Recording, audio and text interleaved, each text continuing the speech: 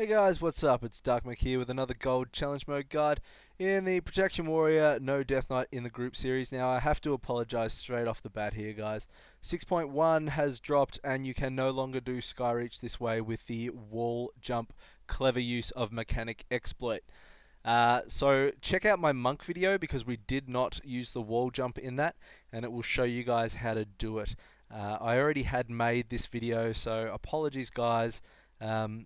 You can still pick up tips through the instance, how much damage I take, how I did the bosses on the Prot Warrior, but for the strat wise, please go check out my monk video for that one. So we're going to drop down, we're going to pull the first 4 Arakoa and we're going to go straight onto the first boss, Rangit. Now on Rangit, you are going to want to use your first heroism. Reason being is this fight can get pretty messy the longer it goes on due to all these wind walls and the 4 winds casts. Also the lens flares. So you want to get him down as quick as you can. Now the wind walls you can see spinning at the top of the screen there, they're going to be cast on random players and you want to try and dump them as far away from your group as you can.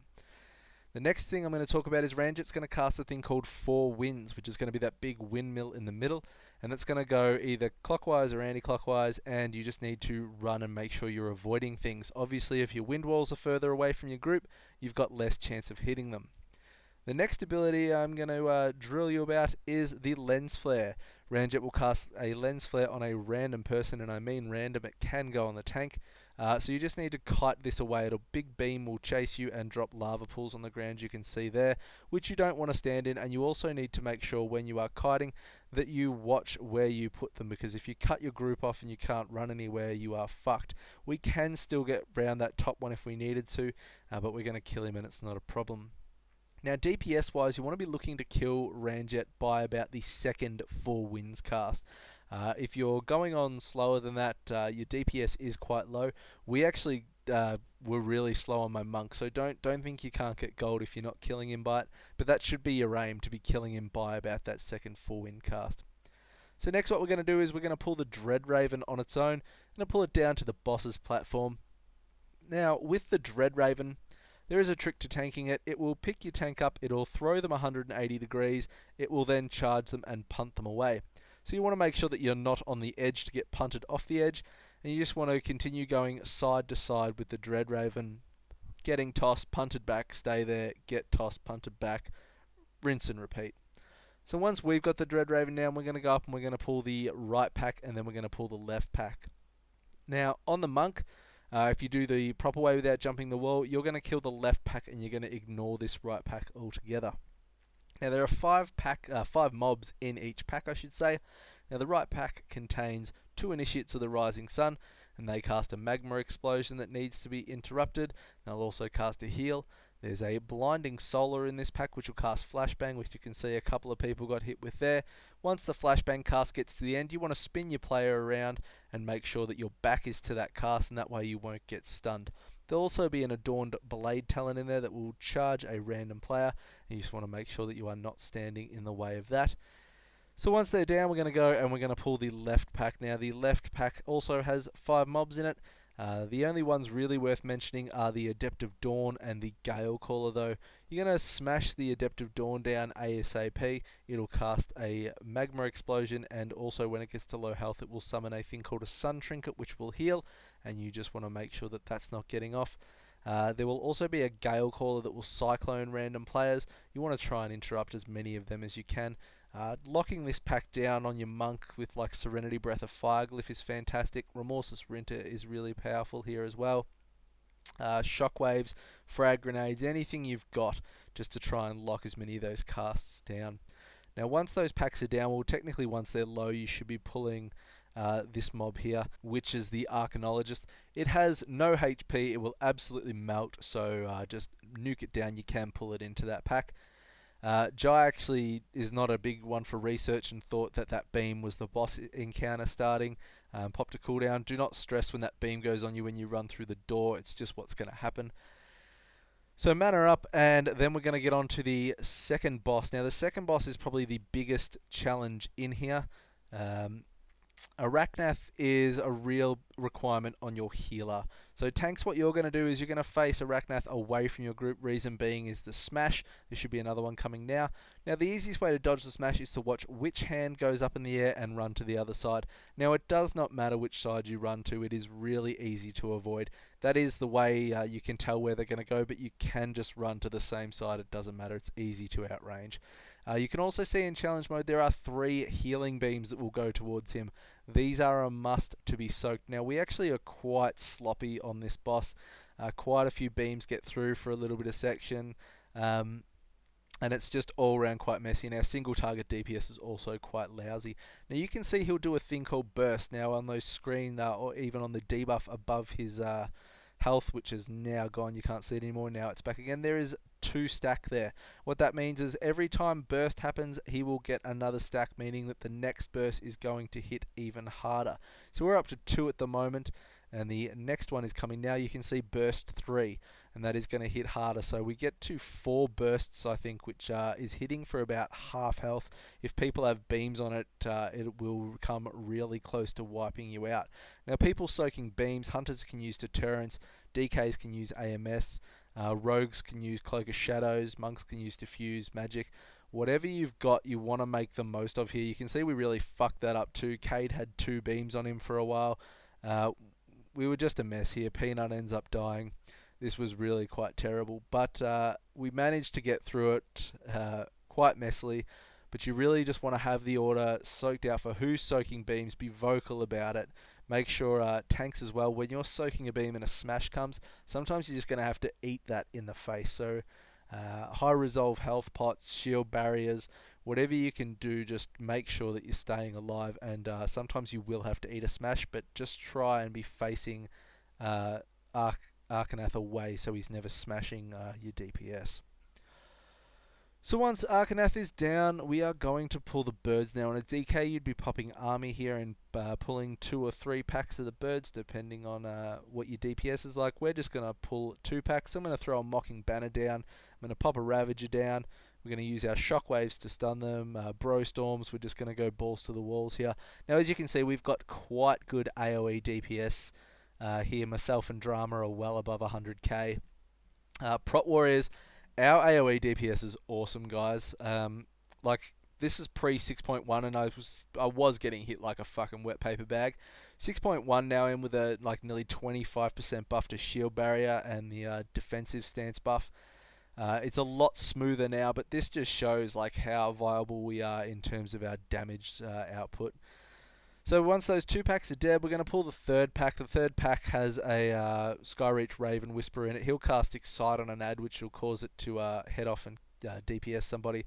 This pack's going to give you no problems. Just pull them, AoE them all down on top of each other, and there's no issues. Now once this 3rd pack goes down, the 3rd boss, Rukhran, is going to spawn. Now it's exactly the same as Heroic, guys. Pro tip here is to not kill the ads, just kite them around. There are no reason to kill the solar flares.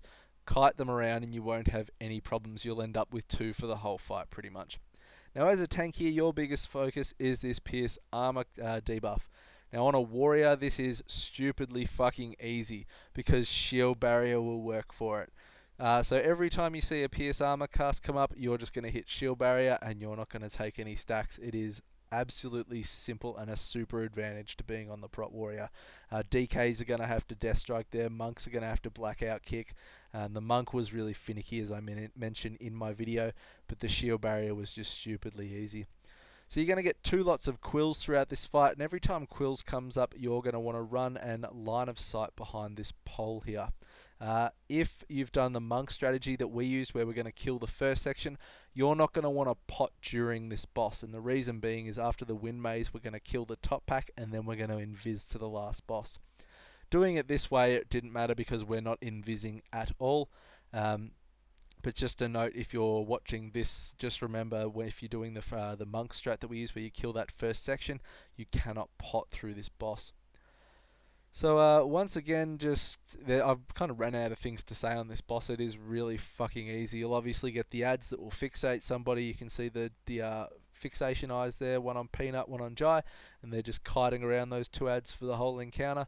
We're running behind the beam for line of sight on the quills. We could have stayed out and DPS the last 7%, which would have been a lot quicker than line of sighting here. But that's how we did it anyway. You could stay out if you've got the heals and the DPS, and by all means do that. You'll save yourself 10 seconds. So once Rukhran is down, we are going to get onto the wind maze. Now, on a warrior, you can heroic leap across the wind maze. As a brewmaster, you can also Tiger's Lust and roll across. Just be careful, it'd be nothing worse than falling off the maze when your group's got this far and losing gold for them. The birds on the outside will hit you. They won't do a lot of damage and they shouldn't really be too much of a concern. But as you can see, you can heroic leap across there. That's where you roll across as a monk also, and you want to get up to the top here. Now, once we have reached the top, we're going to kill this pack. Now, this pack has a Life Pack Familiar, an Adept of Dawn, a Whirling Dervish, and a Solar Magnifier, and an Adorned Blade Talon, sorry. Now, you want to focus the Life Pack Familiar down ASAP here, and then get onto the Adept.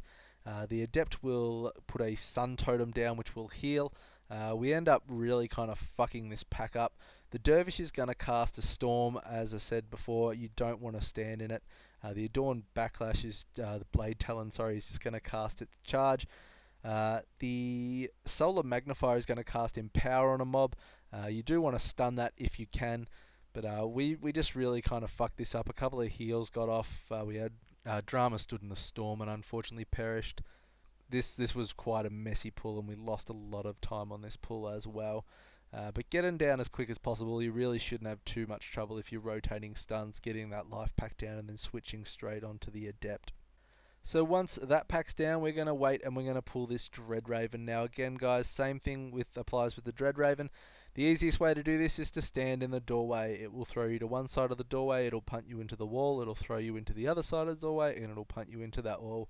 It's really simple. On the Monk guide, once you've killed this pack, you're going to watch where the Dreadraven is, and you are going to invis from here up to the last boss. Now just note, with invis pots and the Dreadraven can see you while you're invised.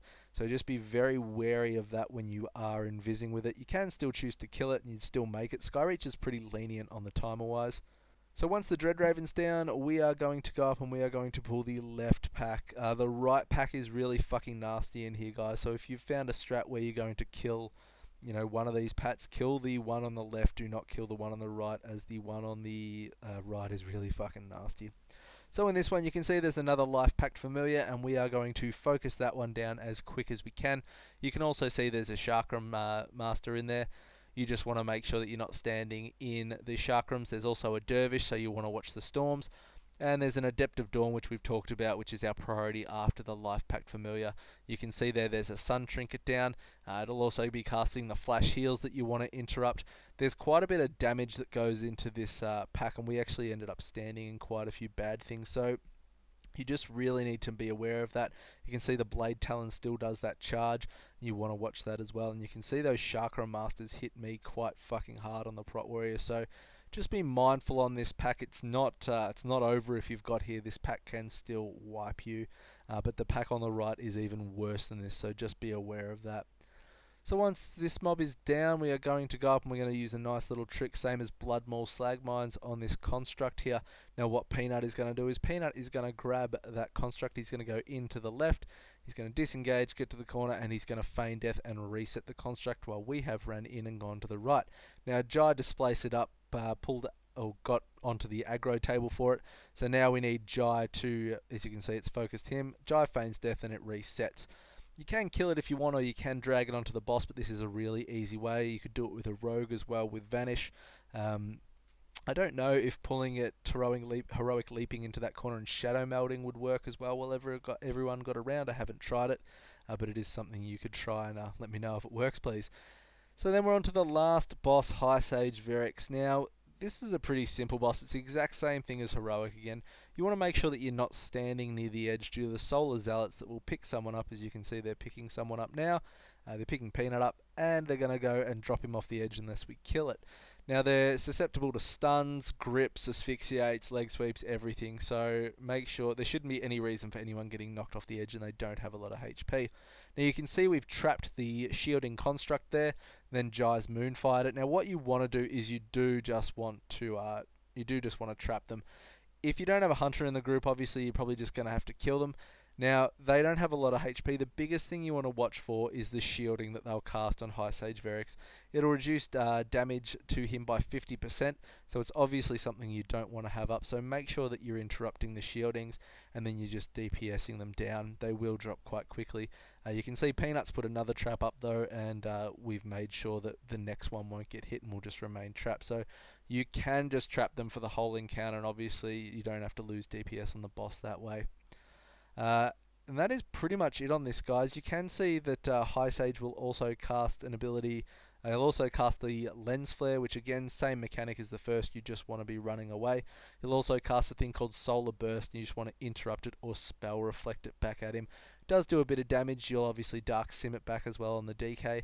But just using whatever you can to try and make up seconds here. Now, we ended up beating the timer by quite a bit, and I know we did the wall jump strategy, which is certainly quicker than doing it the other way, but we really did whop the timer there by like a minute and a bit. So that is it, guys. I am sorry it's not a tune for 6.1 as such, but it should give you a few ideas and a handle on how things are done on the Prot Warrior. Thanks very much for watching, guys, and good luck if you're working on it. Any questions, hit me up.